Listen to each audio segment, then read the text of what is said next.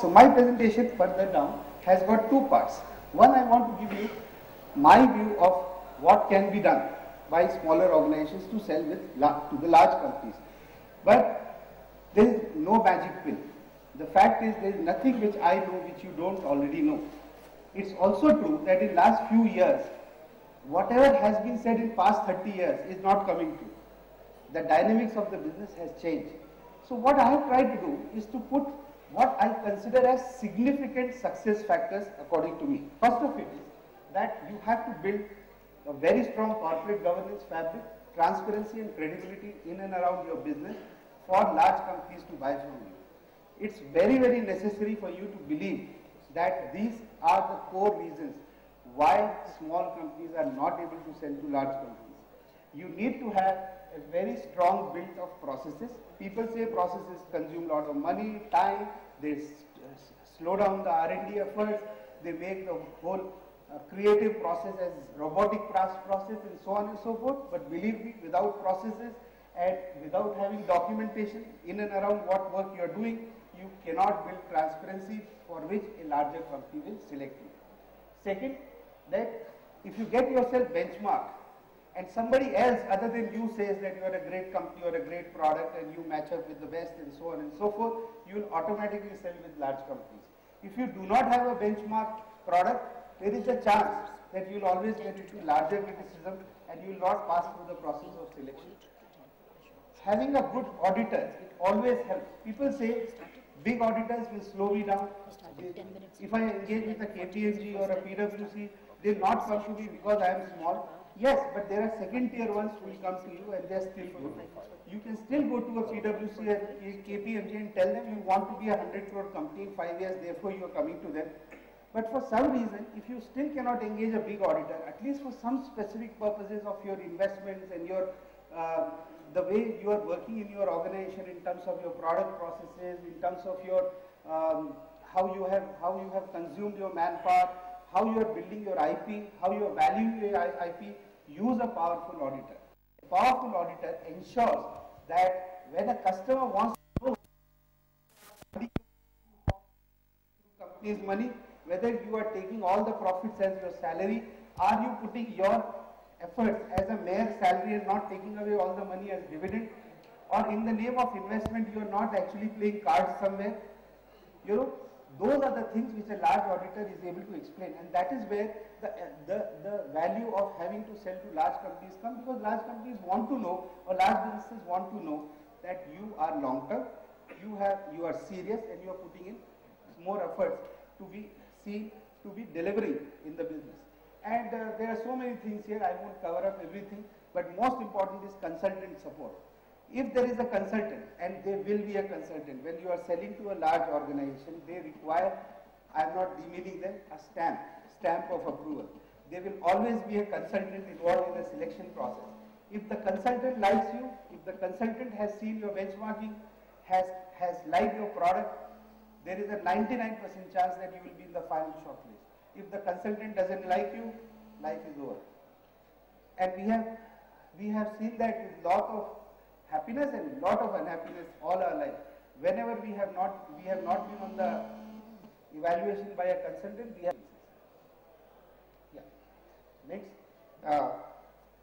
very critical, show keenness, passion and commitment. According to me, if I look at Infrasoft Tech or I look at my entire career of last 30 years, if at all there is some success, it is only because of these two reasons. One, which I was talking about corporate governance, and the second, which I am talking about showing keenness, passion and commitment. What happens is that as the companies become larger, most of their sales managers start looking and behaving very similar. They have similar kind of problems, they have similar kind of approval issues, they have similar kind of compliance issues.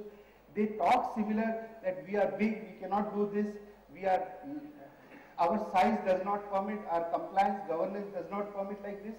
Whereas at your size, at our size, it is far more easier to go and show an extra commitment to a client and be able to do something differently and cut down the decision making process. If you can cut down the decision making process by putting certain things which a large organization cannot put easily, you will be able to get the business faster. I have taken some examples there. First of all, most important thing is the sales which are driven by founders and of course supported by other salespeople. The customers have a lot of faith in it, in the smaller organizations, because they want to see the face of the company, they want to know who will take their call in the end in case something is wrong, and that is the only differentiation we can create. We can always say that in an IBM or any company in the world, the top firm, you will never get to see the CEO or the founder. But here I am available 24/7. That commitment or that passion which you are able to demonstrate towards customer services or availability to the customer on need is a very, very important issue. Credibility of the founders is a very important matter to promote and to sell as a core issue. If you are able to say that your founder has been in the industry for last so many years and has built so many businesses, has been sticking to the customer commitments and looking after customer services, not made bad commitments in the marketplace and so on and so forth, has never shortchanged anybody, that goes a long way. So that's where keenness and commitment comes. On the agreement side, I am saying there are things like seeking no advance payments, because in most software contracts, especially product contracts, there is an issue of advance payments. And no large customer would ever give an advance payment to a smaller customer, a smaller supplier. In the first place, would not like to finalize things. It's a risk which one has to take. According to me, come out of the crease and play there. Don't seek advance payments. Accept penalties. Accept penalties in the contract. Say that if I do not complete the things, I will take the penalty. And there is a fear factor. A lot of entrepreneurs have this factor that if I take too many contracts which have got penalties, and if I don't fund my working capital through advances, my company will go down. Not the case at all. It's a question of how much faith you have in your own processes, in your own products, in your own organization, in your own people, that you can risk your contracts in the beginning. And lastly, if you have grown a little bit and if you've got bank limits, don't consume the entire bank limit in funding your working capital. Have 30 to 40% bank limit converted into bank guarantees and go out of the way to provide bank guarantees to the client where you are likely to not get an order because there is a large company versus small company comparison. You put your mouth where the money is and the client will respect what you want to say, will stand with you because you are able to show your commitment and passion and belief in your own business and ability to deliver value there. Next is the part, I think everybody has got bored. Okay, let's see this. Demonstrate domain expertise and completion sensitivity. I don't want to elaborate here because that's the most important issue. Why small companies get business from bigger companies is only because small companies are able to demonstrate that they understand pains and gains story of the client. That they are able to understand why a client is not doing well in a certain sphere, whether it is production management or sales processes or new customer acquisition, retention of old customers and so on and so forth. And therefore, you are able to get to the business side and say, I will solve this. And according to me, and this is my lifetime experience, that there are only two value propositions in the world.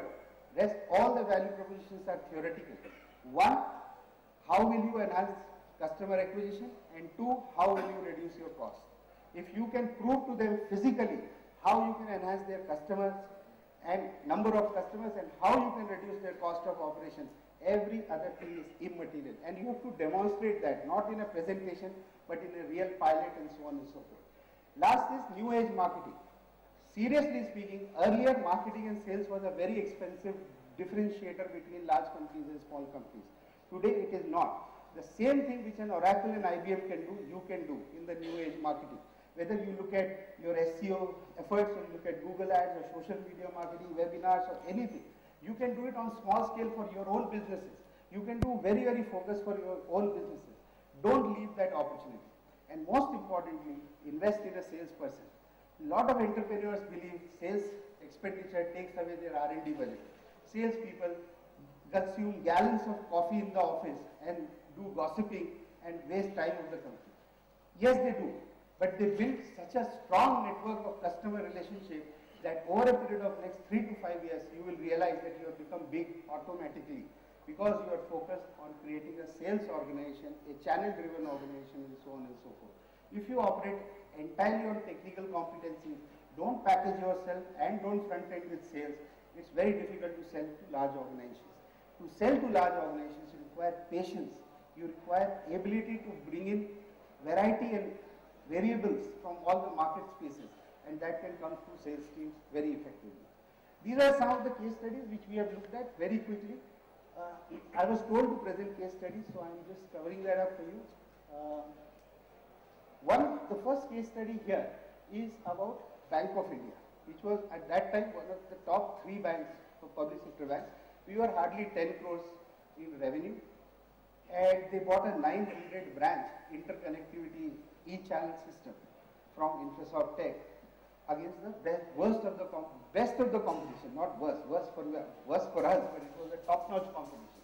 So what did we do? We realized that there are 900 branch systems there which require integration in the first place. They have to be first updated into a Y2K format and then integrated. This is something which a large company would have not been able to assess. They would have seen it only as a tender. And we created a situation that we actually gave a product which the bank had not advertised for. And it saved them huge amount of money, and this solution ran their entire e-channel integration strategy as if they were running core banking for 5 years. We of course took no advance payments. The founders front-ended the sales. We took penalties on the contract. We were very confident that we will succeed there. We created this kind of a very clear differentiation on domain basis. Second, largest community bank in Asia, I am referring to Saraswat Bank. I don't know whether a lot of you are aware, it's the largest community bank in whole of Asia. And at the time when we went there were 4,000 crores in business and about 75 crores in 75 branches in network. They had iFlex solutions as their core systems, and they had some problem with them. So they only called Temenos and Infosys to the table, and there was a lot of discussion happening to the closure when we put our foot in the door. A 40 people board team had to be made to think differently. All I told them is that if you had a problem with iFlex, there is no guarantee that you won't have a problem with Infosys or you won't have a problem with Temenos. What will you respond to your shareholders? If I tell you that if you are considering a 3-year project time of a problem which can be actually solved in 4 months, it implies that you are on the same path as what you are in iFlex situation. So if you rely on us, we will complete the project in 4 months. So you see humongous amount of time saving which we will create. Your shareholders will see the new system much faster. Your customers will be cooled down who are very, very angry today. And we can help you to build a strategy around this solution. We actually delivered a core banking solution in 4 months' time there. So we deterred entire competition there. We killed it there. Today Saraswat Bank is 25,000 crores, 200 branches, and I am on their strategy board for last 5 years. So it makes a lot of difference, seriously. The most prestigious wealth management brand in UK, it's not most prestigious UK, it's the most prestigious wealth management brand in the world called Foods. The Queen of England banks there is a vendor to Foods. For last 12 years, they have given us more than $20 million in business by having given them a differentiated story in year 2000. I'm running very fast because Sangeeta is looking at me again and again. Okay, last one here is one of the largest banking solutions company in US. It's a banking solutions company. So you should have looked at Infosoft Tech as a competitor and said, these guys will run away with my IPR. They came for outsourcing to India. We sold the same story to them. Oh, what happens if you go to an Infosys or if you go to a TCS? You will have no control over them and they can run away with your IPR. We are a smaller company. We can be your ancillary and we can sign a very tight IPR contract, and I am available 24/7. Other 3 founders are available 24/7. Tomorrow if some dispute happens, we can be pulled in US court. You don't have to sign an Indian jurisdiction, and so on and so forth. And that client became Infosoft Tech client and did not go to any of the large companies. That is, we ensure that they came from US into Mumbai, did not come to Bangalore. Okay, and they signed up with us. So we showed scalability of processes. It's very, very important that those clients said, if I add 50 people, you don't seem to be a company which can add 50 people. We showed them processes, we showed them scalability, we showed them that we were ISO 9001 in 1999, CMM5 in 2003, CMMI in 2007, CMMI 1.3 in 2011, so on and so forth. So there is a culture of processes in the company. We showed them scalability, we showed them modules of 250 people offices spread over different locations all over the world, so on and so forth. So that's my story. Thank you very much, ladies and gentlemen. I'll be happy to respond to questions. Thank you very much. Thank you, Trips. Quite a few gems to close your session. We'll take questions, a few ground rules. Please be very crisp and short. We would like to accommodate as many questions, as many speakers as possible. So please hold on to your follow-up questions for a session outside one-on-one with Trips, please. So you mentioned in quite a few places that you were willing to take penalties on your contracts. Can you please elaborate on what kind of penalties these were? See what, we have done some very foolish things. I don't know whether it's right to say it in public. We have given penalties in excess of 120% of the contracts also. We have done something like that in the initial stage. If I had a professional board at that time, I would have been thrown out. Or we would have been told, why are you doing something like this? But we believe that, yeah, we know the business and there will be nothing wrong. We'll be able to take charge. We'll be able to act like an SI. So we took those kind of penalties, saying that if we don't deliver in time or the product fails, we will return 120% of the value. But this is not what I am advising. I am saying up to about 10 to 20% value of the contract, you can anytime take a penalty and not worry about it. If you have faith in your product and your people, 10 to 20% penalty is not a risk at all. Please.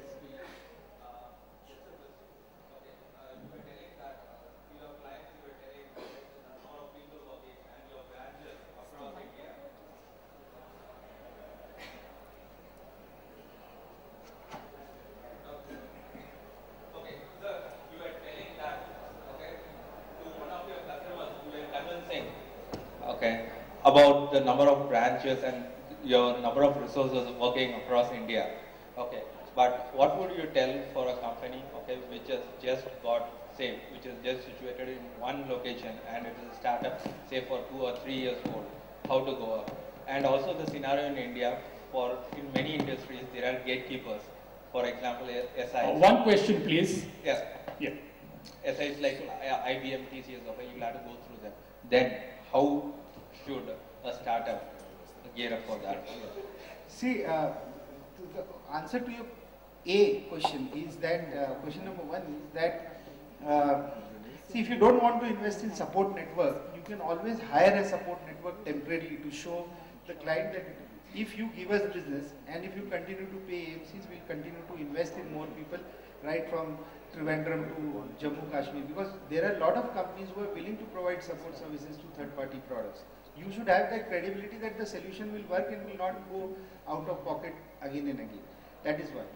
To answer to question of the question 2 is that, which I did not mention but I wrote it there, that one of the options is that you tie up with an SI, because if an SI like an IBM or a Wipro respects your product and sees that it creates a niche for them, they will definitely work with you and they will front end the solution which will remove the issue of your balance sheet size and your reach and so on. Mr. Hanuman, my name is Badri from Diasoft. Now, there are two approaches to selling to large companies. One is top-down or bottom-up. Yes. What has worked for you? Top-down, sir. Always. If you sell bottoms-up, you will never succeed. In a capitalistic society, a poor becomes poorer. So you have to sell to the richer. You have to go on the top. If you cannot break through the boardroom, CEOs, CIOs, C-level people, consultants, you will not succeed in a customer space. That story is long over, that you can probably go and work hard and get an order. Because sometimes the CEOs refer you to the actual guy who's going to use your product. Absolutely. And then that gets killed there. So although you might have the ears of the CEO, the guy who's going to use it, you'll have to build that rapport again with him. So does it make sense to go bottom up? I'm saying not bottom up from the Chowkidar level, but I'm saying from the GM level or the marketing guy to the CEO. As I said, there is no right or wrong. There is no magic pill. Sometimes what you are saying is more right than what I am saying. But my belief is, if you want to cut life cycle of a transaction to happen, if you want to cut order taking time and reduce risk, important thing is sell a very strong value proposition at a C level of a business and then go to the CEO. That means you actually take a top management, but not the CEO, at top management level, head of business level, you explain to them why you can save money and why you can get them new customers through this solution, or why you can reduce their risk and so on and so forth.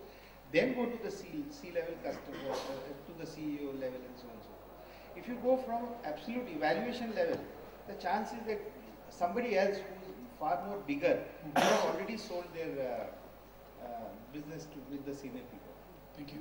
We have time for 2 more questions for Trips, please. Yeah, there's a connected question here for the same thing. If you are suggesting to approach top to bottom sales method, how do you crack that and how do you get inside the door to reach that top guy? See, there are 2 things which I spoke in my presentation. There could be millions such other things. One is that you have to have an SI relationship. Second, that if you have 100 hours to spend, why 100 hours? 500 hours, let's say, so no, I'm going overboard. So about say 150, 200 hours in a month, if you want to invest in field, let's say, you must invest 70% of that on the customers, but 30% on influencers. Influencers are SIs and consultants. If they do not like you, the chance that you will be able to break through your 70% barrier on the customer side is very less. You may make a lot of calls. It will give you a result, but it will give you a little long drawn result. Here the result will be much faster. And I am telling you not because we have succeeded doing that. I am saying when we have not done it, we have failed. Could we have a question from the rear ends, please? One moment, please. We'll take a question from the rear end and come to you. So you were saying that businesses take some time in concluding the deal, right? Many times what happens is we small companies go to big businesses or they come to us because of our USP. But when we put across the deal, they take a lot of time in coming to signing the deal. Even if the CEO is interacting with them, or the CEO of the other company. So how do we deal in such situations? That situation will always be there. So what I'm saying is, you should have a pipeline which is of 100 cases, and you hope to get only 10 to 12 depending upon what is your type of business, or 30 or 40 depending upon how unique you are. You will not get all the deals in life. And in all cases, CEOs will know CEOs, therefore business will happen, is not the case. This situation happens about 10 to 15%, CEOs influencing CEOs. So what you have to do is that you have to learn to go home little later every day. Yeah, and also not stay at home till Saturday half day. That time, that 1.5 hours extra every day from Monday to Friday and Saturday half day, you should spend in some places which we call as lounges, bars, golf courses, restaurants, hotels, clubs, or associations, trade platforms, so many other places, NASSCOM product forum, where you meet the CEOs where you want to sell. And you talk to them. Don't be at that time in hurry, oh, what's happening in my family life. Your family life will become fantastic after 3 years if you do this. The last question for the lady in the front. You were telling not to ask for any advance payments and not to worry about payments. Ask for advance payment, people will not give you. Yes. If they don't give you. No, I agree. If they don't give you, accept it. No, that is fine. But what I'm saying is I just wanted to know from your early experiences, because later it's a lot easier because credibility gets established. In your earlier experiences, from start to finish, how long did it take, and did the full payment was paid, and how long would you have had to wait? I have one guru here who will support my statement. We sometimes don't get even last 5% till now. Right, sir? Till now we don't get. You have to apply your judgment, which kind of customer are you selling. It took us about a year before we could get an advance and sell a sizable amount of contract which called for a party. Till then, I think it was a lot of struggle. It will be a much longer or a much shorter struggle depending upon what you are doing presently. No, why I'm asking this Could you is... please hold on for the follow-up questions? Yeah. Thank you very much for your active participation. If I didn't understand what you said, I apologize. I can answer you later. Thank you. No, I'm talking about products only. We were a products company for 7 out of 17 years. I'd like to invite our next speaker. Thank you. Harry Gold. Harry will be touching upon the importance of alliances for in building up sales to larger enterprises? Harry?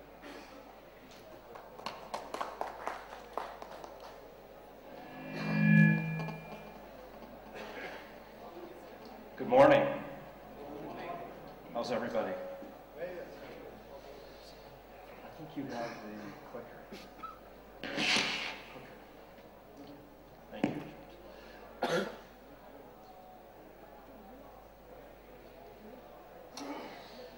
Well, I wanted to start my discussion this morning with about 4 days ago, I was in Buenos Aires, Argentina.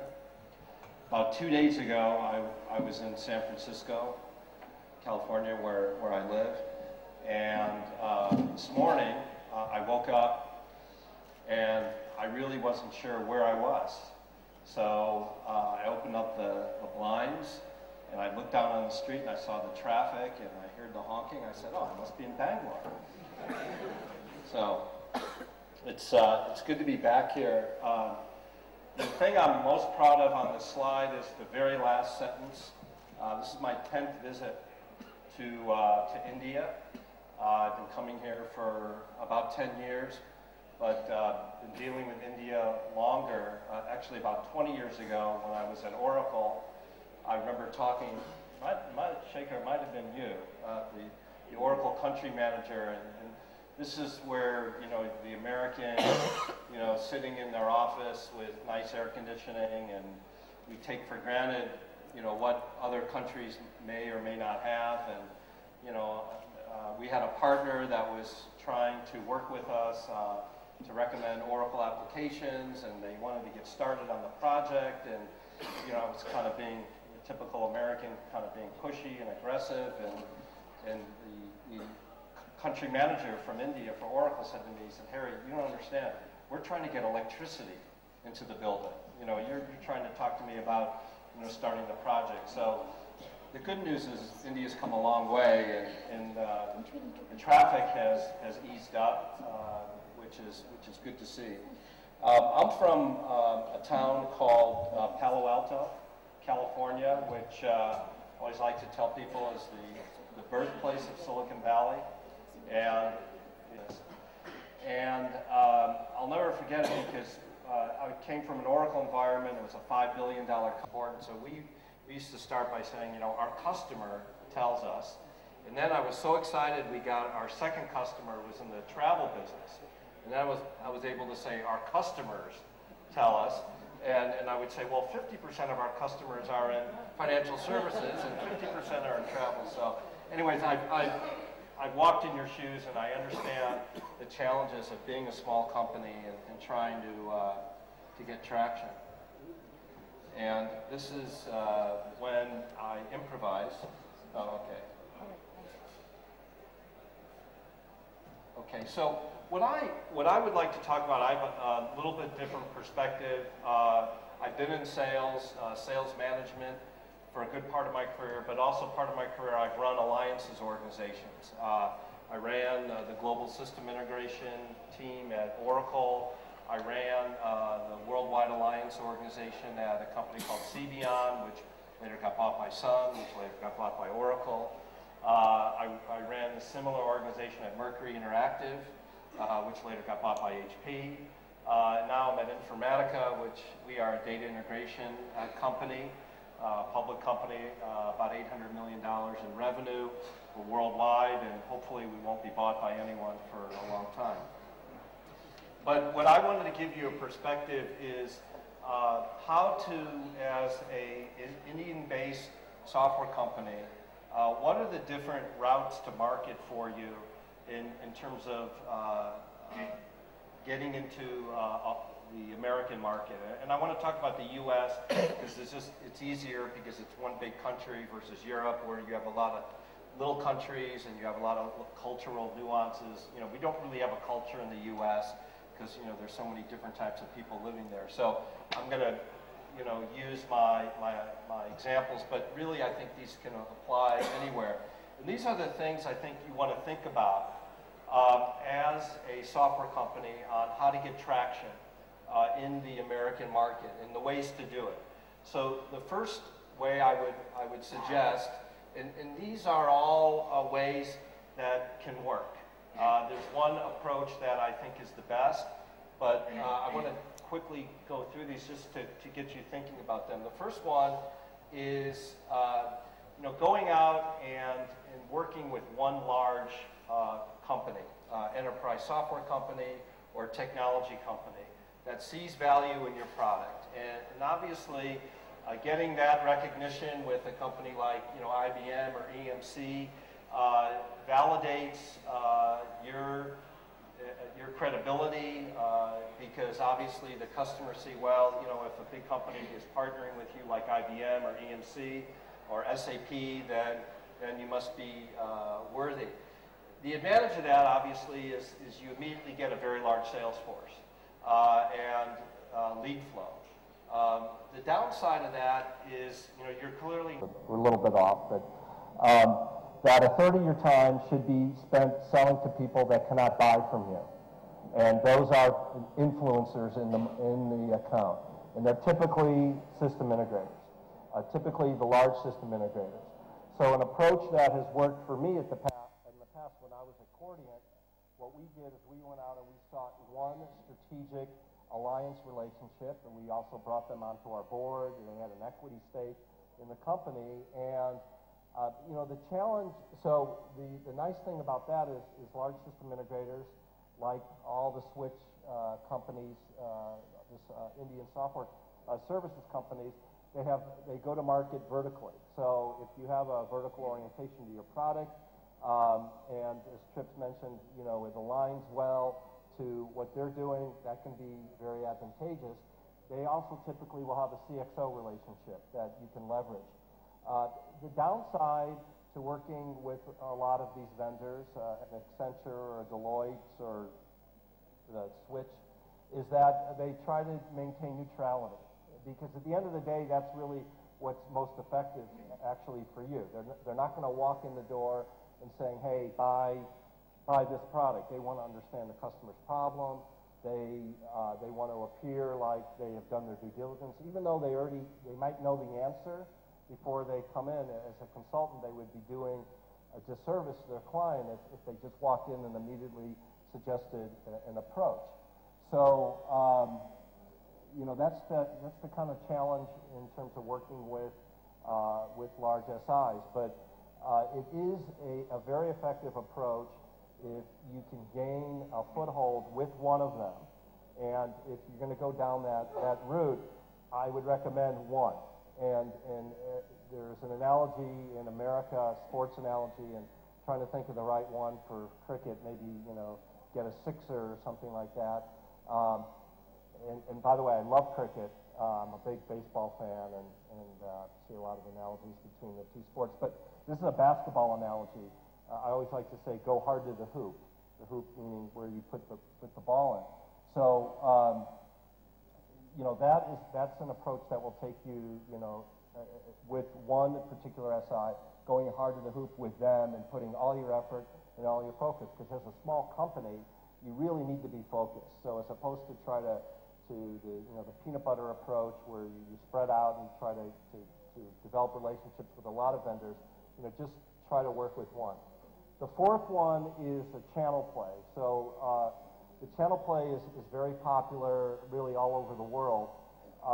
In the U.S., there are hundreds or thousands of channel companies. And when I talk about a channel company, I'm talking about a reseller, typically a smaller type of boutique, a reseller of software and services. They have typically a geographic focus. They might have a vertical orientation. And the advantage here with those companies is you'll get greater mind share. So you'll get much greater mind share because they're smaller companies. You can develop a relationship with their executive team. They typically, I put SME focus. I'm not sure whether that's a pro or a con. Maybe it's a con in the sense that we're trying to sell here to big businesses.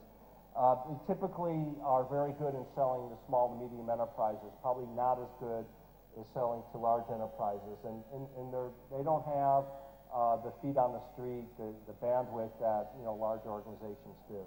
The last approach is best of breed, which is what what I'm recommending. And I want to use a case study here, a company that their operations are based here in India, called Zyme. And what Zyme does is they offer analytics capability to primarily into the high-tech manufacturing market. So their customers are Dell, Cisco, SanDisk, companies that have distribution channels where they're trying to better understand, once they provide a product to a distributor, how long it's sitting on the retailer's shelf, what promotions are working, what the spoilage is, the returns, all that information that is really critical to understanding on how effective that product is. And it's very difficult for large companies like Dell and Cisco to get their arms around that today. So they are focused on a very niche-oriented problem, but a problem for a CFO or finance people that are in these companies have very difficult time getting the data for. So the first thing that they're doing that I like is they're capitalizing on a hot trend. So when you think about developing a product or how you're going to market that product, you want to be positioned as something that's hot. We all know what's hot today in our industry. Mobility is hot. Social media is hot. Big data is hot. The cloud is hot. Analytics is very, very hot. A lot of companies realize now that data is their next important asset after their product and their employees. And how to use data effectively is really important. So a lot of companies now are offering analytics in the cloud or analytics as a service. So going to companies, taking their raw data, moving it through assets, moving it through technology, and then providing them back with their own IP, the results that they really need to do a better job of running their business. The second thing that I like about what Zyme is doing is they're doing what India does best. And India is known for a lot of wonderful things, but to the U.S. market and to the European market, your competence is best in outsourcing. So Zyme's approach is, instead of outsourcing a business function, they're outsourcing, essentially these companies are outsourcing their data, the raw data, providing it in kind of a B2B environment to Zyme, and then Zyme takes it over from there and then delivers a product to them. So, people, when they hear about India and they hear, oh, you're outsourcing a service or a business function or data, there's a lot of credibility there.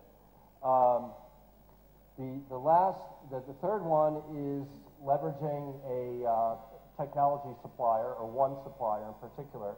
In this case, it happens to be Informatica, so I kind of like that. The fourth one is very much of a vertical approach. They're going after high-tech channel distribution. And then the fifth, again, to emphasize what Trips was talking about, was this whole notion of selling to the top. So in this case, the CFO is very interested in this information. And when the CFO is interested, you typically get your deal done because they control the purse strings. So with that, I think I'm going to stop. I have a couple more slides, but I'll open it up to questions.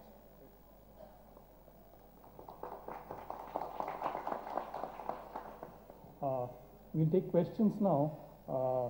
Trips didn't have too much of a trouble answering your questions. I'd like you to throw some tough ones at Harry. Nice. Or some easy ones. Yes, sir.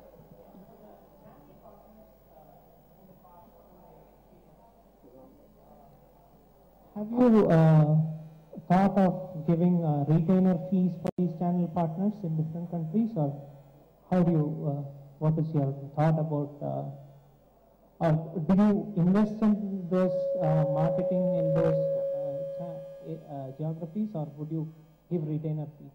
Sure.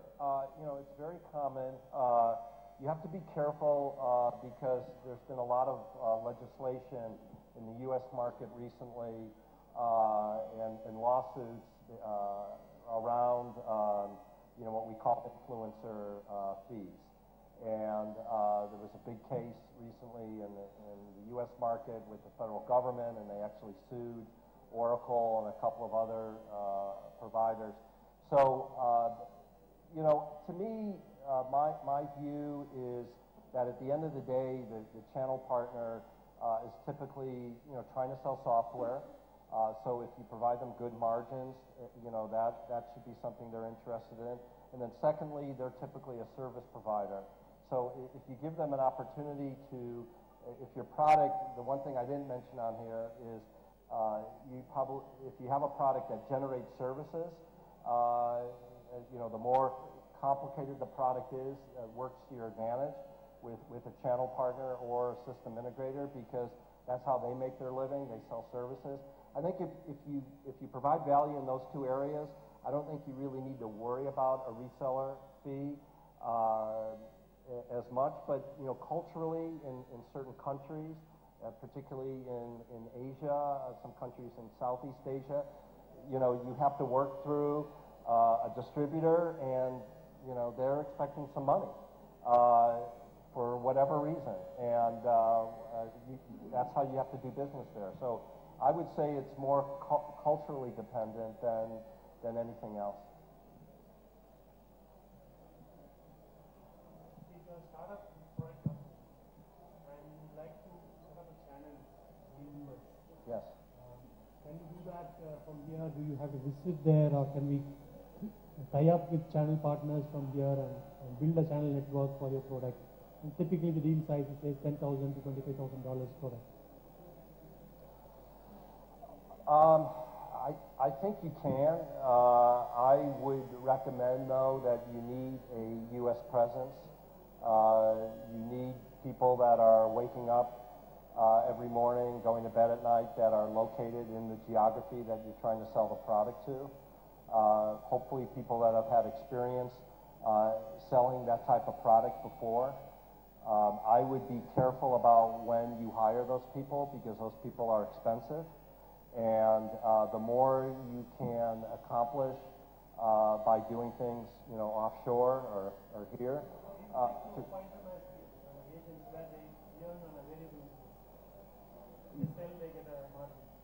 Yes. The only disadvantage of that is they're representing a lot of products. So, my approach would be, I would actually hire someone that would again, they would be totally focused on selling your product, because being so many miles away, how do you ensure that they have your best interest in mind all the time? And I think, as opposed to trying to work with several different channel partners, initially, once I have a product, before I would go into the channel, I would sell directly, at least till I got my first few customers. I think you run a risk of going into the channel too early without the experience, that first-hand knowledge of looking the customer, right in the face and understanding, how your product works, the implementation around it, support, all those types of things. Yeah, Hari, I have a question. From the back, yes. You talked about aligning with SIs, large SIs, to reach out to the market. But the issue is these SIs usually have a very complex sales structure. So you actually end up spending a lot of time trying to explain what your product is, trying to work out the strategy, instead of actually going to the market and selling your product. So how do you navigate this bureaucracy, and where do you say, stop, let me not spend too much time on this, and try out other ways of reaching out to the large enterprises? So that's kind of a double-edged sword. So my recommendation would be, the more you can land those first few deals, and as Trips mentioned, be as creative as you can from a financial standpoint. That's, I think, always the best approach. System integrators, whether they're Indian-based, American-based, European-based, at the end of the day, they're not market leaders. Market leaders are, Oracle, SAP, companies like that. System integrators usually will sit back and see and watch something unfold, and then they'll kind of jump in, with both feet. And you're right, trying to just to navigate your way through, some of these very complex SIs, you deal with these overlay groups, and then you deal with the industry groups, and then you're dealing with these other groups, and it can get very, very confusing. And a lot of the groups you're dealing with don't own the relationship with the customer. The best thing you can do is get your first couple of deals if you have a significant value proposition, and then have the customer then introduce you to, there's typically, as Trip said, there's going to be an SI involved. And that's, I think, the best way, because if the SI hears it from the customer, well, we're making an investment, it's a small investment in this product, and you guys really should, get on board with it, then that's much smoother sailing than trying to go with, unless you have a personal relationship with someone at Wipro or Infosys that runs, banking or runs pharma or runs manufacturing. If you have that, then obviously you want to leverage that. One last question, please. Yes.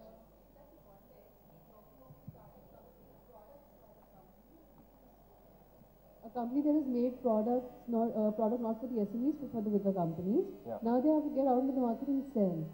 What would you recommend? Should they focus on the US market or the Indian market from two perspectives? One, the sales cycle, the amount of time it takes to sell. Yeah. And two, from the acceptability point of view for a smaller company selling you a product. Do you think this company should focus on the US market or the Indian market? Okay. Well, I subscribe to this old adage. Why do robbers rob banks? Because it's where the money is, right? So I'm not saying that the money is not in India, but the last time I checked, there's probably a little bit more money and spend in the U.S. market. And I would, the example I put up here about Zyme, I think they have the model right. They're really leveraging what India is best at. I'm not sure they're really, if you look at, most successful software companies, whether they're large or small, typically their business is 60% US, 30% EMEA, and then 10% Asia Pacific. That's usually kind of a rule of thumb. The other thing I do want to mention is if you're developing a product, you got to be in the cloud. Because if you're developing an on-premise software application, in this day and age, I really think... It's on the cloud. It's on the cloud. I think you really need to question, whether that approach is really going to work. Because, the cloud is here, the cloud's accepted, and so my recommendation would be cloud-based, certainly in the U.S. market, or pick a couple of countries in Europe. The natural ones, the biggest IT spend in Europe is Germany, and then the UK, and then France right behind it. So that would be my recommendation. The very last question for this session. Please. Yeah, my name is Srinivas and I'm from Kinetic Blue. We are actually still waiting for a tough question, by the way. Yeah, I mean, we are actually a product company and we have the product on the cloud. But the question is, like, whenever we hit the big customers, they ask for an in-premise installation. So, like, what you're saying is, like, if it is in US, you need to be on the cloud, or is it like a general thing that to sell to anyone, you need to be on the cloud? Because, like, we had around 3 to 4 big companies, like, whenever we say that our product is on the cloud and we offer as a SaaS thing, then the next question will be, can we do it on-premise? Yeah. Well, I think, a hybrid approach can work, but most big enterprises now, if you look at what the successful cloud companies have done, like Salesforce, or even if I look at Informatica, so we have a cloud offering for data integration, and where we get our business is not from IT, which is historically where we've gone.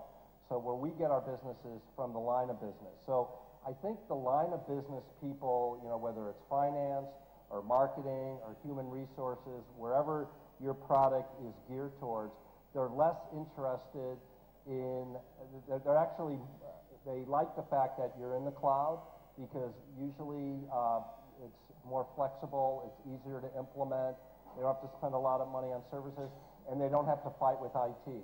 You know, the challenge you all have with being a small product company trying to get into the U.S. market is, getting in.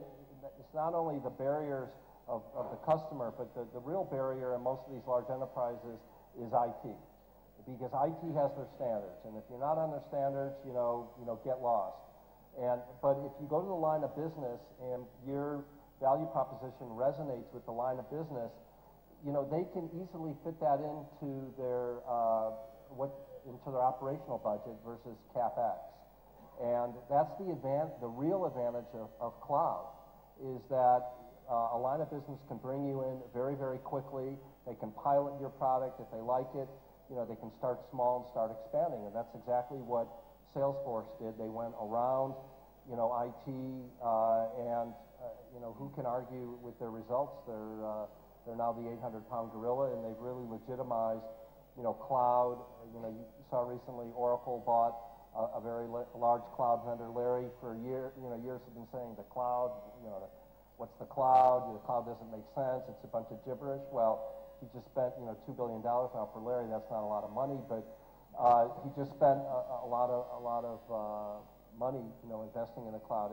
And all companies are going. So, I can't emphasize that approach enough. I mean, that's probably the most important thing that people are going to be looking for these days to buy a product. I'm sorry, we'll have to cut it out here. We are running short of time. Please, hold on. Thank you, Harry. Thank you. Yes, we still are waiting for the tough ones. Our next speaker would be Vishnu, who would be touching upon customer advocacy as a strategy to sell into large enterprises. Vishnu. Thanks, Sachin. For us at Nucleus Software, it's been a story of customers selling for us right through. Initially, we were a services company. So initially from 86, that is when Nucleus was formed. 86 to 92, we were almost dependent on a single customer. And 92 onwards, when we started venturing into products, essentially we came out with our first release in 96. We saw that our products were essentially sold by our customers for all practical purposes. I remember our first customer that we acquired, it was an American corporation's Indian venture. It was called Avco Financial Services, and this was set up by an ex-Citibanker who was, who had come out of Citibank, and he was setting up shop for Avco Financial Services. So he checked up with our customer. He was also indirect customer, but our direct customer, one gentleman by the name Ram Bhagwat, he checked up with him, and essentially the kind of words that Ram Bhagwat would have spoken to this prospective customers, the decision was almost taken there and then. And getting a first major customer is very, very important, and we were very fortunate to get that first customer, I would say very easily. Next was, once this implementation went live, of course it took some time, maybe 9 months to a year's time. But once this implementation went live, Mr. Tushar Chopra, that's the name of the CEO of Avco Financial Services, he knew the CEO of HDFC Bank. And that's how we got our first Indian major customer coming out of another customer doing the sales for us. The third one was another major break. This was in the form of General Motors Acceptance Corporation, and this continues to be our one of our biggest implementations. It has taken us to more than 15 countries, and this customer in India landed with us thanks to again another ex-customer of ours. He was on their board, and he recommended even without us knowing about it, he recommended our name. Of course, we were bidding for it, but we didn't know that this ex-customer was on their board, and he had also further recommended us strongly. So that's how we got General Motors Acceptance Corporation, and in turn, when General Motors Acceptance Corporation in India, they were very happy. They took us to other countries like Thailand, Indonesia, Taiwan, and finally we got a deal. We were talking about how to sell to businesses which are 500 times bigger than you. So when we got our first global deal with General Motors Acceptance Corporation, we had a revenue of something like $8 to $10 million, and the deal size was $12 million. So that's how we were able to win the next deal. Likewise, when we were bidding for General Motors Acceptance Corporation global deal, we had another customer coming in and helping us out. This was a customer in Japan, which again I will come to that win also in a moment. But this customer in Japan, they did absolute hardcore sales job on our behalf, and that's how we were able to win such a deal. And as far as this customer in Japan is concerned, we were able to win it out of our business in Singapore, which we had started in '94. And '94 to 2000, we were servicing Citibank Asia Pacific. We were doing various projects for them. And the gentleman, Dhananjay Dwivedi is his name, he was part of Citibank, and he was looking for some quality vendors who would support him for his next move in Japan. And he spoke to a couple of his colleagues, and from multiple colleagues he heard that he should speak to Nucleus, and that is how he gave us a call. And in fact, one of our ex-customers walked up to our office, because our office is in the same building. He walked up to our office and checked out if we would be interested. Obviously, we were interested. So he again brought the lead for us, did the sales for us, and we were able to make a breakthrough in Japan, because Japanese market, as some of you or most of you would know, is extremely difficult to break into, and we were able to break into that market in our first visit. After my landing there in the year 2000, within 2-3 days I had a business in hand, which is something not possible unless you have a strong reference and strong salesperson helping you out. Salesperson in the form of a customer helping you out. So like this, even subsequently when we have won more businesses, it has been on an ongoing basis a story of a customer selling for us, be it an old customer who suddenly was in a new role, and he had heard about us, he had worked with us, he had seen our quality of work, and that's how he would like to involve us or make use of our product as a solution for his business. And now coming to the challenge of an anchor customer taking over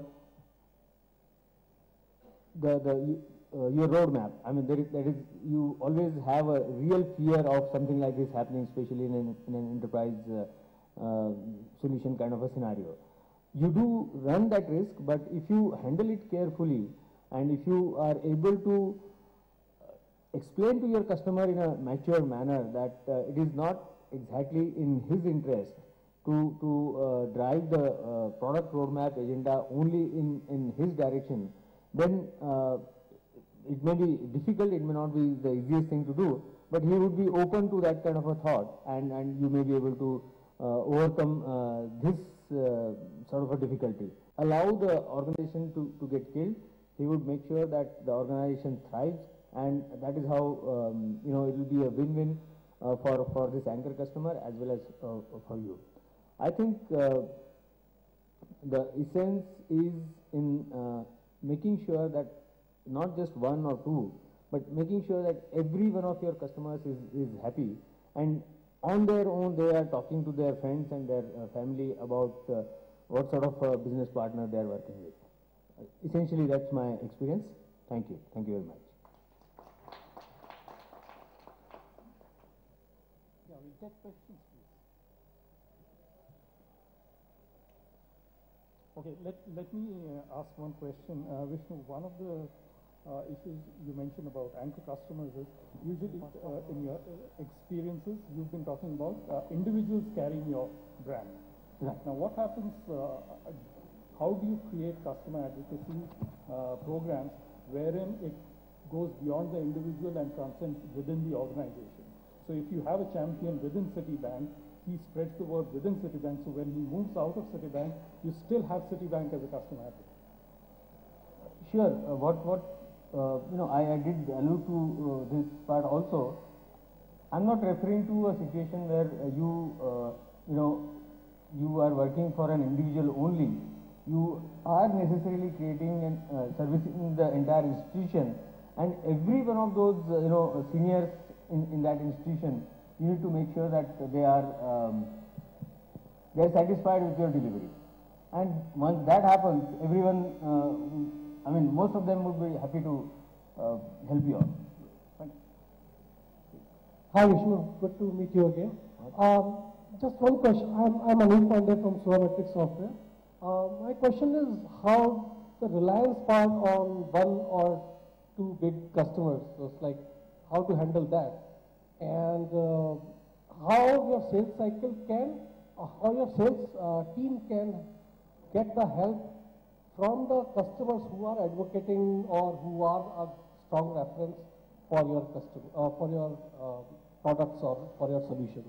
See, the way we go about it is our sales teams or account managers, they are always in contact with our customers, and another part of the sales team, if they are speaking to a customer who wants a reference call or reference visit, then that account manager speaks to account manager of our anchor customer, and this account manager in turn speaks to that customer, and since we enjoy a very good relationship, the customer is more than happy to help us out.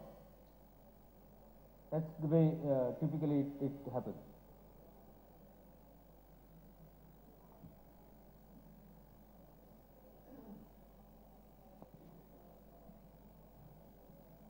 Vishnu, you were talking about an anchor customer in an organization like Citibank.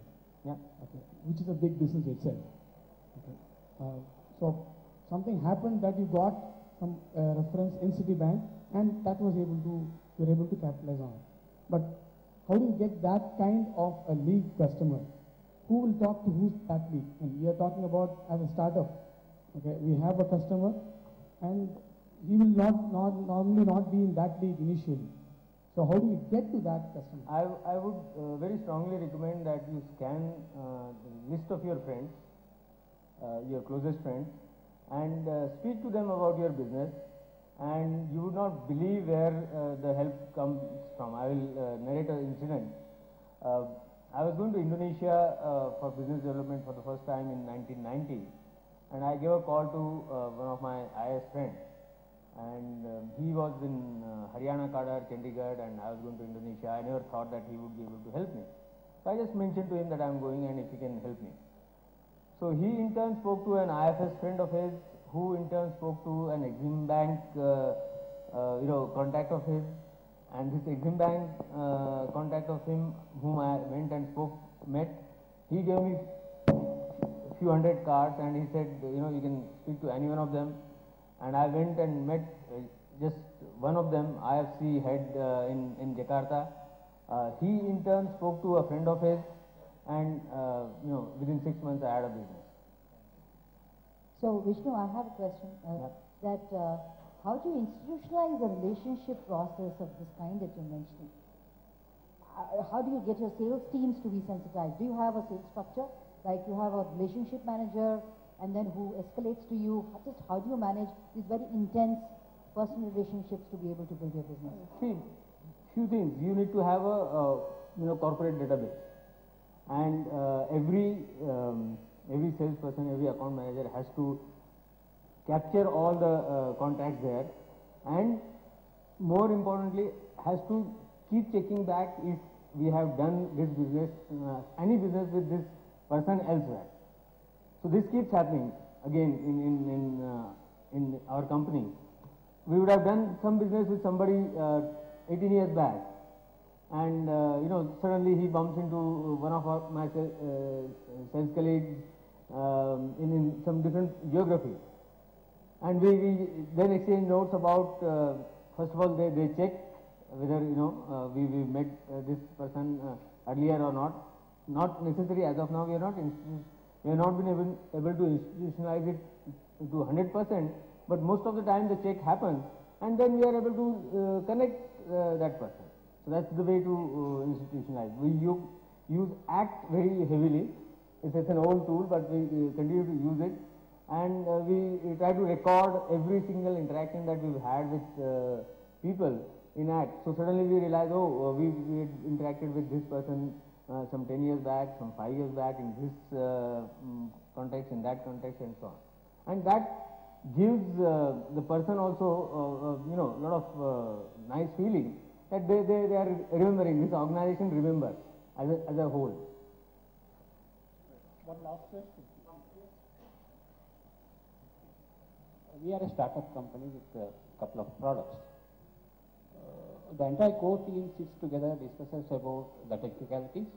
Ultimately, the financial team comes and gives a pricing for the product. Sorry, could you repeat? Gives a pricing for that product. Right. And being a startup company, the entire group is of the opinion that the pricing should be very moderate to get into the broad market conditions. When we try to explain it to a overseas friend, probably from Infosys or Wipro or TCS or from a Citibank, they will understand the complete subject in total, and when it comes to the pricing part, when we disclose the absolute price, basing on a confidentiality that we still carry with them, they say your product is very underpriced, we are not sure that you can enter into US market or Europe market.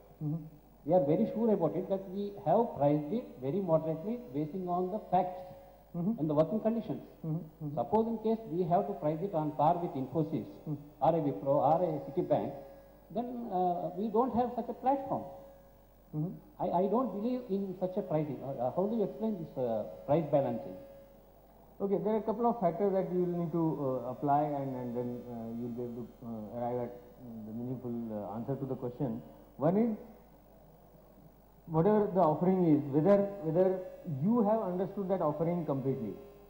For example, just to explain, we have our product implementations in 50 odd countries, but we have only one implementation in the US, and that too a very small implementation. The reason is, for a long time we could not understand how business runs in the US.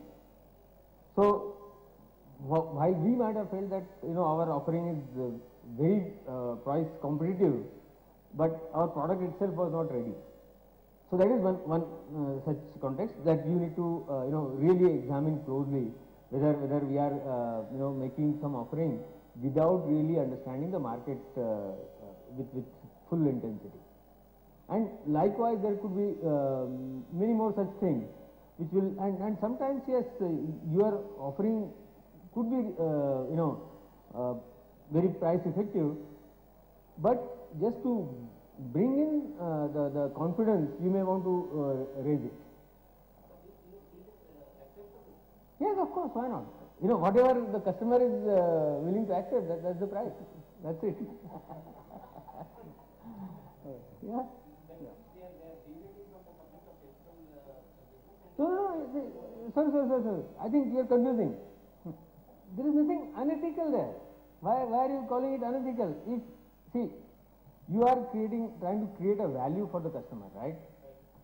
And if, for whatever reasons, if the customer sees higher value of your product which you are not able to see, and hence in turn he is willing to give you higher price, what is unethical about it?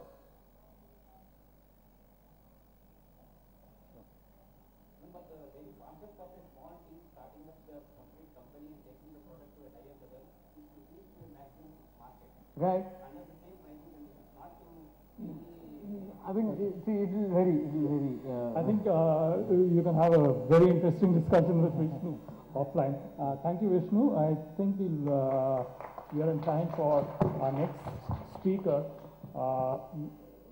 Shekhar has had a fairly long experience with bare knuckle fighting with entrenched number ones and number twos in the market, and specifically dealing with customer objections to your products, your position, and that's what he'll be touching upon, how to work in a competitive environment in large enterprises. Thank you, Achin. Okay.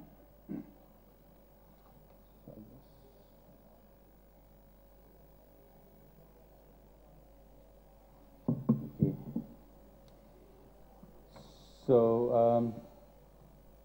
I used to be, of course, in Oracle, and most of you probably would know me since those days.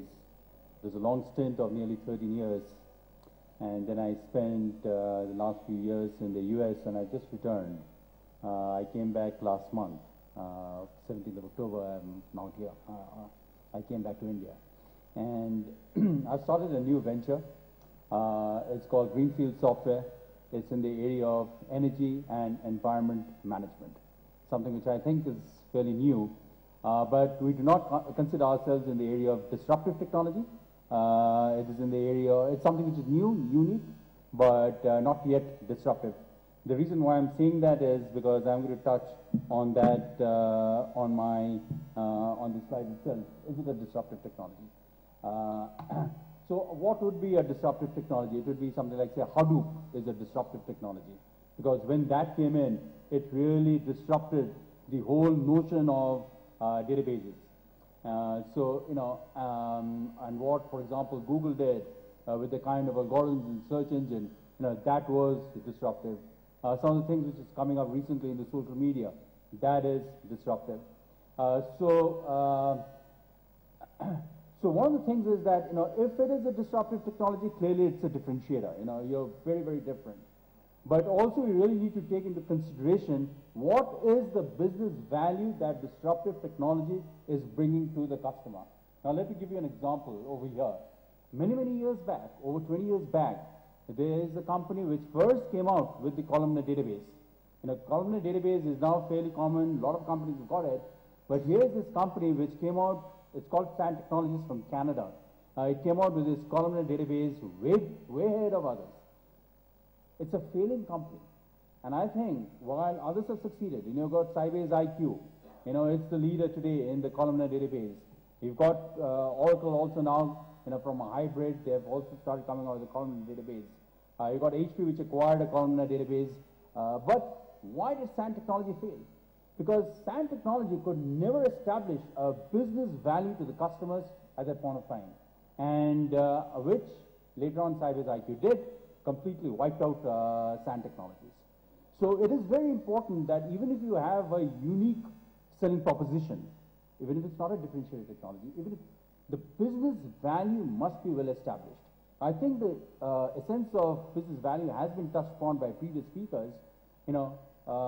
Particularly I think Trips was talking about, can I get a new customer acquisition? That's a business value. Can I reduce my costs? That's business value. Can I actually increase my revenue? Can I actually help to retain my most loyal customers? That's a business value. So, that is very important, very clearly articulating the business value to the customer, even if it's a differentiated technology, even if you think you have a unique selling proposition, you have a unique feature or a unique functionality in your software or in your product. Now let me just go back a little bit to the first point that I was making, which is about credibility, which again was touched upon by all the speakers I think before. The point I wish to make out here is that when we go and meet a customer, and it happens with large companies, medium-sized companies, small companies, what shall I say, the temptation to start with product.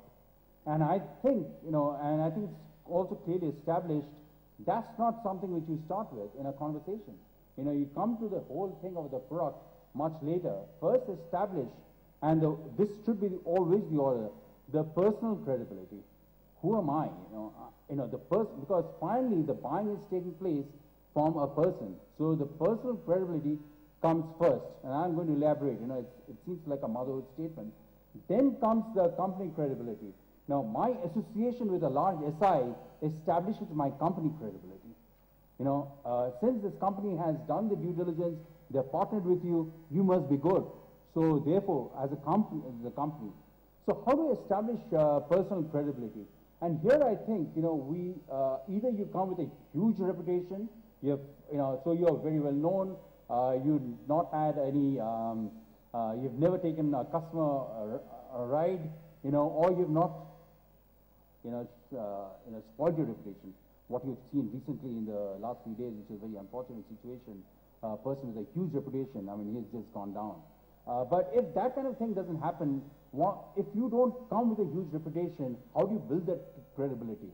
One could be, for example, in PR, invest in PR. We've invested in Salesforce, invest in PR. Have articles coming out in, the kind of journals which people read, sometimes come in the TV, come in media, that also establishes personal credibility. Let me give you an example of personal credibility. When we started this company, my company, I was still there in the US, and the software was still in its initial stages of development. And I had a friend who was the CEO of an industrial company, a manufacturing company.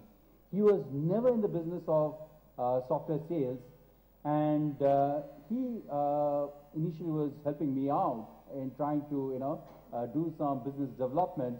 He actually sold this software, got money, not just, a beta partner kind of a thing. He actually sold, there's no technology, the software is not ready, 5 months ahead of its readiness. We're going to do the commercial launch next month. And here's a guy who had never sold software, went and actually sold to a very large financial institution. Why? Because he came with a personal credibility. He understood energy efficiency. So he went and talked. Actually, I had requested him because I had a speaking opportunity and I was in the US. So rather than give up the speaking opportunity, I told him, can you do it on my behalf? He actually did. And because he understood energy efficiency, he talked at length on that. There was someone who was sitting out there, CIO of a very large financial institution, said, come and meet me. And met him and said, I want to go ahead with your software. And so when I started scratching my head, how do I now service it? Thankfully, we've been able to, do that. And this customer is actually now introducing us to a very large SI who they work with, So that kind of a thing, the personal credibility is a very, very important element before you start really talking about your product. So I guess that's, yeah. So what's the business value? I think I really talked about this one. If it is a differentiated technology, if it's a disruptive technology, we really need to identify who are my target customers. I should not be going after a laggard with a disruptive technology. I really need to go with those guys who are the innovators. There are customers who actually experiment with technologies. So I need to see, there should be a kind of a track record that here are the kind of organizations who have had a history of innovations in terms of adoption of technologies. So really target those guys rather than the laggards in the world. And then after that, go to the early adopters. So, the target market segmentation is key to success out here. And the sustaining part, which I'll come later, is how do I then transition from the innovators to early adopters and then go to the mainstream customers. For each of them, there has to be a very different selling proposition, a very unique marketing approach. Next, if it is not a disruptive technology, then you don't have that unique differentiator coming straight away, but then you really need to come out with a very unique selling proposition. Where am I helping in those three? Either am I helping in the area of efficiency, I'm reduce costs, I'm improving asset management, I'm improving in capacity planning, in our case, reducing the energy bills, or I'm helping in terms of, increasing revenues, or the other one is helping in terms of customer loyalty. That, that part has to be very, very well spelled out. I need to understand as to why a customer should buy from me before I can expect a customer to buy from me. Why should he buy? If I am facing a gorilla, my competitors over here in this case are Schneider, Emerson, and Computer Associates. Those are my competitors. So I need to answer first to myself, why would any customer buy from me rather than buy from Schneider or Emerson? If, and so, the unique selling proposition has to be the business value. The unique selling proposition has to be I need to understand very well myself before I can articulate to the customer. And over here also, the market segmentation is very, very important. Who do I go after? Even if they are, even if it's a laggard, do they buy from startups? Do they have a history of buying from startups? For example, I'll give you this thing in my experience in the United States. In FedEx, they do not have a history of going for buying from startups. So, if I try to, spend my time in FedEx, maybe at the lower levels I may get, I may be able to convince a lot of people, but it's unlikely I'm going to make any breakthrough out here. But, an organization like Honeywell, an equally big company, they have a history of buying from startups. Similarly over here, there are lots of organizations we just see who have a history of buying from startups. They have a history of buying innovative technologies, and they are not necessarily the same. There are some people who buy innovative technologies, but obviously but there are people who are laggards but buy from startups. So the market segmentation, I think, is a very, very important aspect to be looked at. Yeah. So now, if I go to a customer and you'll have the Schneider and the Emersons of the world. They're going to create a lot of products. Greenfield software. Who are they? I never heard of them. So how do I now counter that? So first thing is that size is no guarantee for survival. You've seen that over the last so many years. There was a very large company called Digital. They had a relational database called RDB.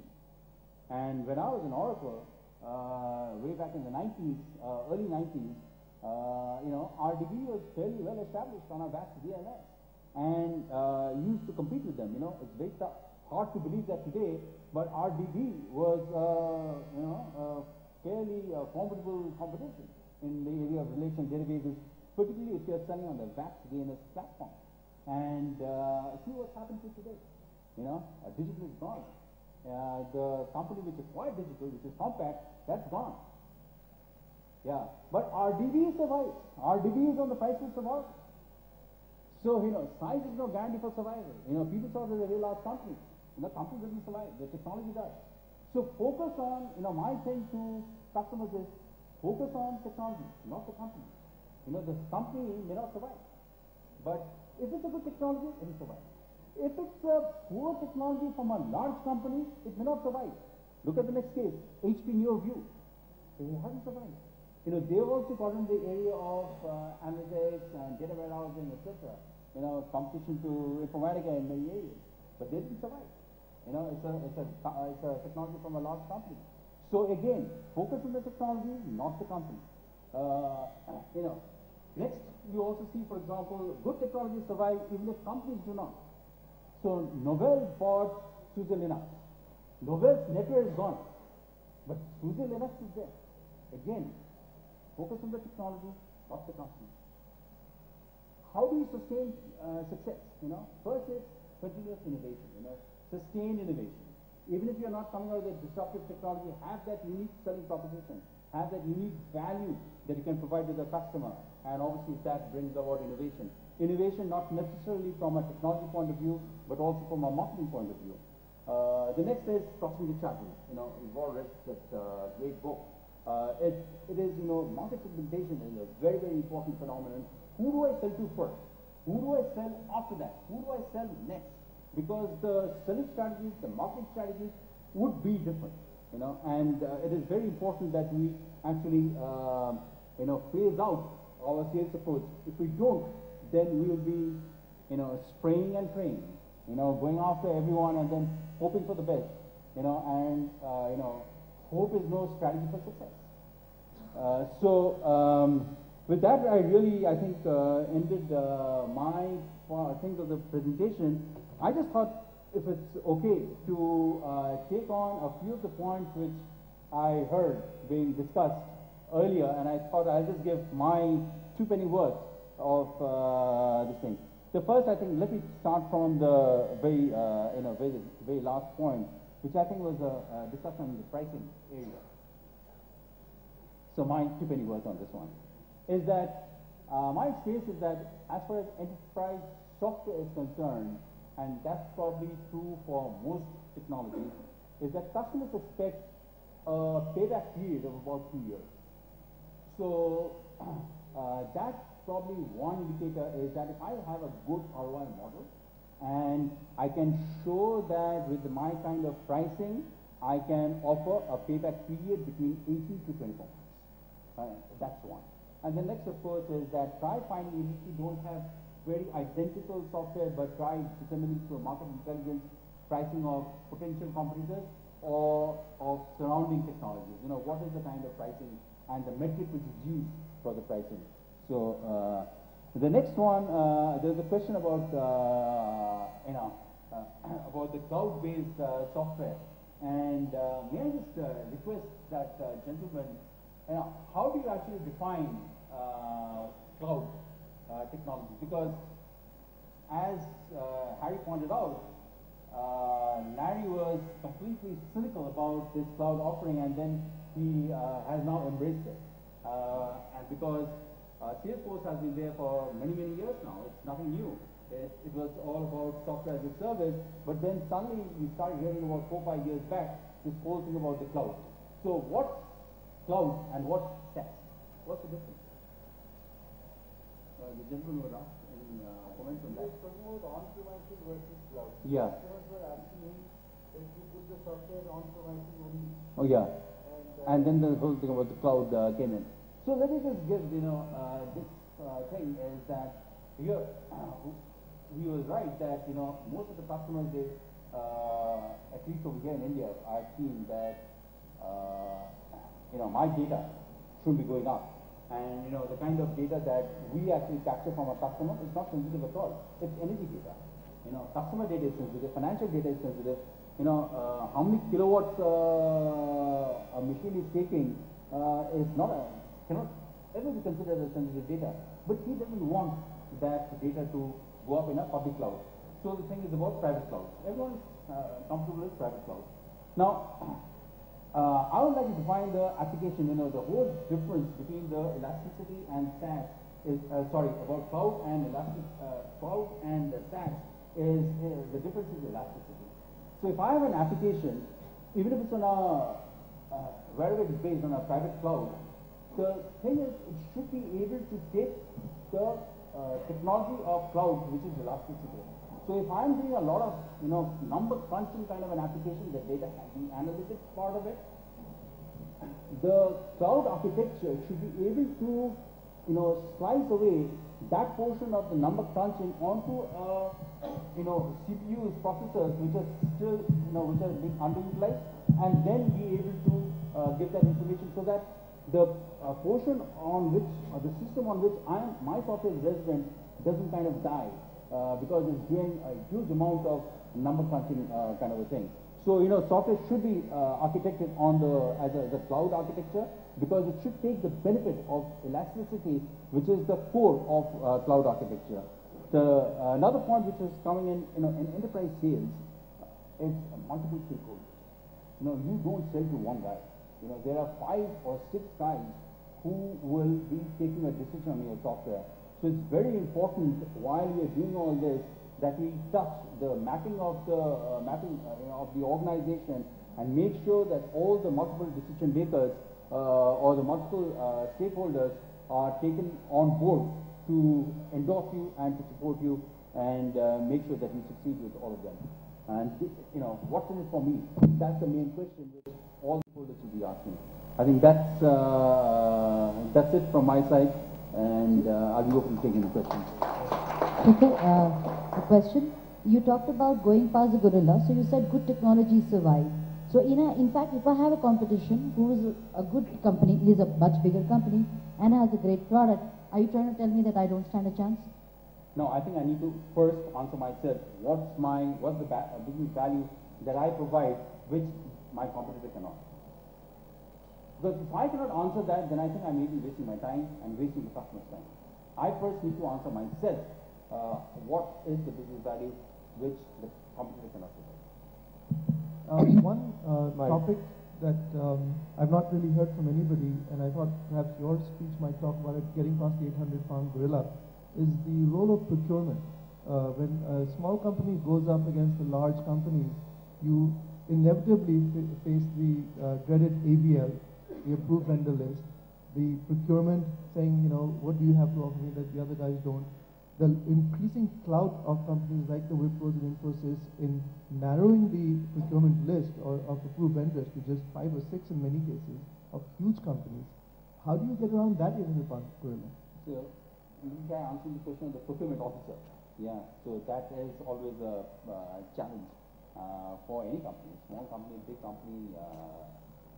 So, my approach has been, this is a very personal thing, I talked about the multiple stakeholders, and the procurement guy is also a stakeholder. Maybe down the chain, he doesn't sit in the committee as such out there. At a fairly early part of the sales cycle, when I've gone past the 40% kind of a thing that I am getting to know, yes, my proof of concept has gone well, I think I'm going to succeed out here. I actually start building my relationship with the procurement guy. He needs to feel empowered. That guy, everyone treats him like a dirt, right? He's just a procurement guy. What the hell does he understand, And my approach is, let me try being different out here.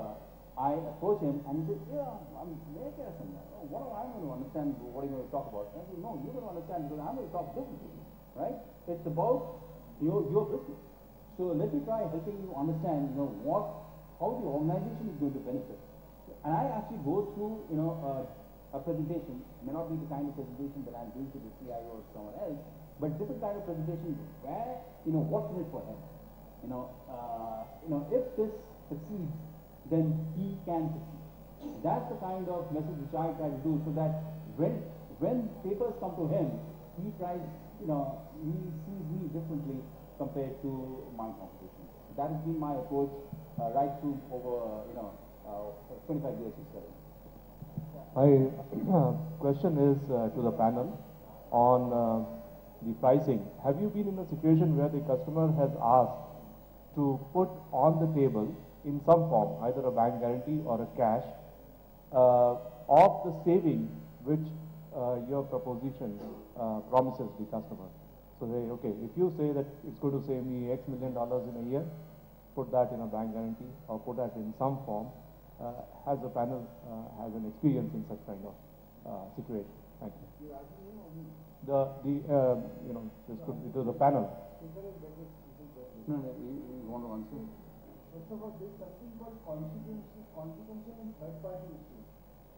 That there is a benefit or there is a lack of benefit is not the cost of my product. The cost of my product is only X. The benefit it is supposed to provide is 100X. I can only be held liable for the X which you are paying me. Same way as if you pay Bangalore, Delhi, if you take a Bangalore, Delhi flight and you pay 10,000 rupees to reach for an interview, but the flight gets late and therefore you are not considered, you cannot claim 10 years salary damages from the company. So there is an issue on third party and damages and consequential damages. The customer will always talk like that. The client has to be explained that while I will implement the platform, the value of the accruing value has to come from your team and your people, and I can work as a consultant with you to make that happen. I can take lead, But if your organization does not work in their own org structure to make this happen, this value will not get accrued. And that honesty has to be there in the beginning itself.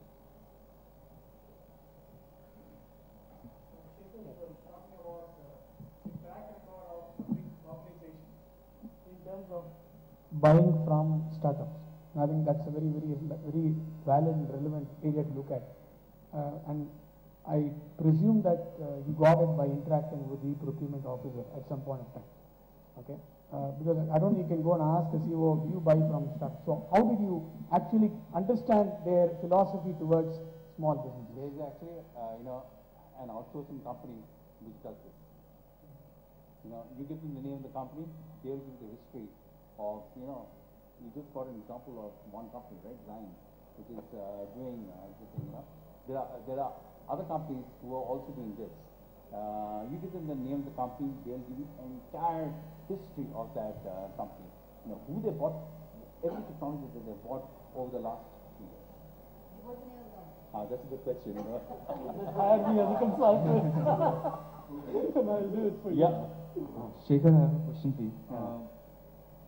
Since we're talking about selling to large businesses here, and the sellers primarily are small businesses, we all acknowledge that the gestation may be large here. How do you ensure that whatever knowledge, mileage, contacts, relations that your sales force might have gained during this period transcends down to your new faces within the sales force in case there's an attrition? The second part to this question is, how do you manage anti-compete within the Indian environment? And if you engage multiple salespeople on one assignment, how do you manage costs within the small sales? Number of points.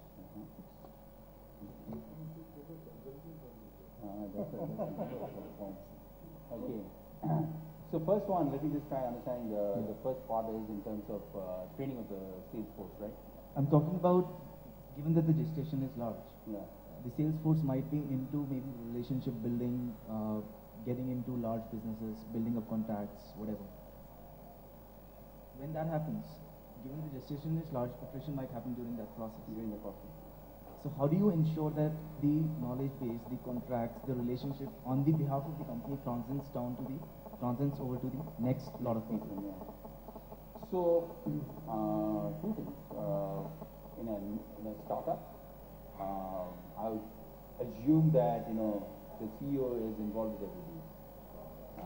So he becomes the point of continuity.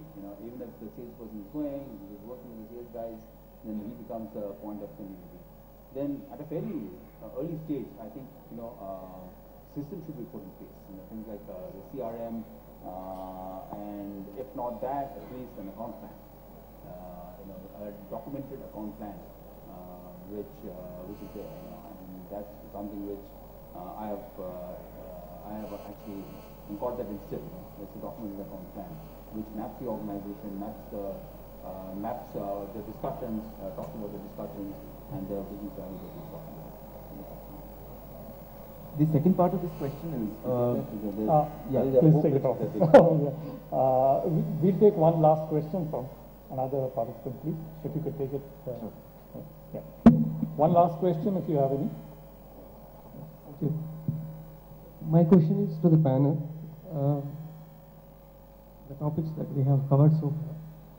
The first point, Mr. Cripps has told. Yeah, one question. It is one question. So, multiple times there are situations where we have to accept penalties and also not demanding for any advance payment. There is a situation, and the second situation is from Mr. Vishnu, that a customer is very important who actually acts as our salesperson at a later point of time.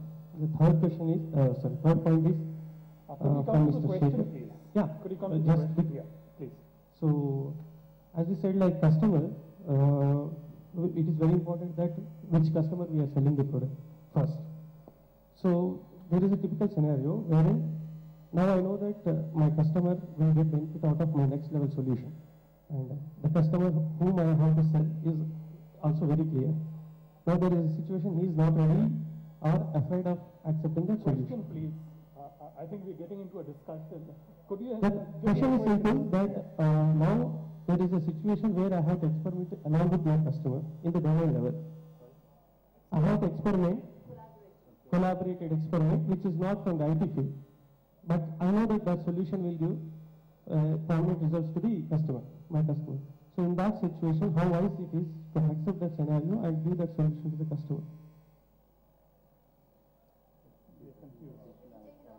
We'll take it offline. I don't think we've got the question. There is one very simple nirvana in life. If there is a client, you are there. If there is no client, no matter how valuable you are not there. So accept the client. Okay? If he doesn't want to pay you today, if he sees value, then you have a finite time relationship. The moment the value starts getting delivered, the time limit closes for free trial. You start getting money. You cannot have infinite free trials. Or you have a relationship that I'll give you this free, like Vishnu said, you get me 2 new customers. Because same problem exists with others. Right? So you have to decide which way you want to work, depend upon how credible the client is, not you yourself. Okay.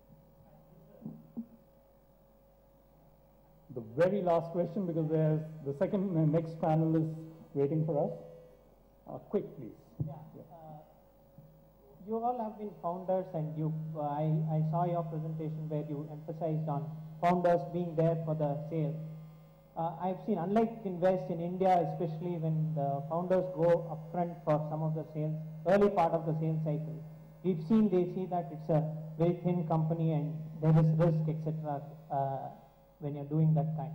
So when do you think a founder should get involved in any sales process? Because they also have limited time and they cannot be involved in all sales. So when do you put yourself in a sales cycle?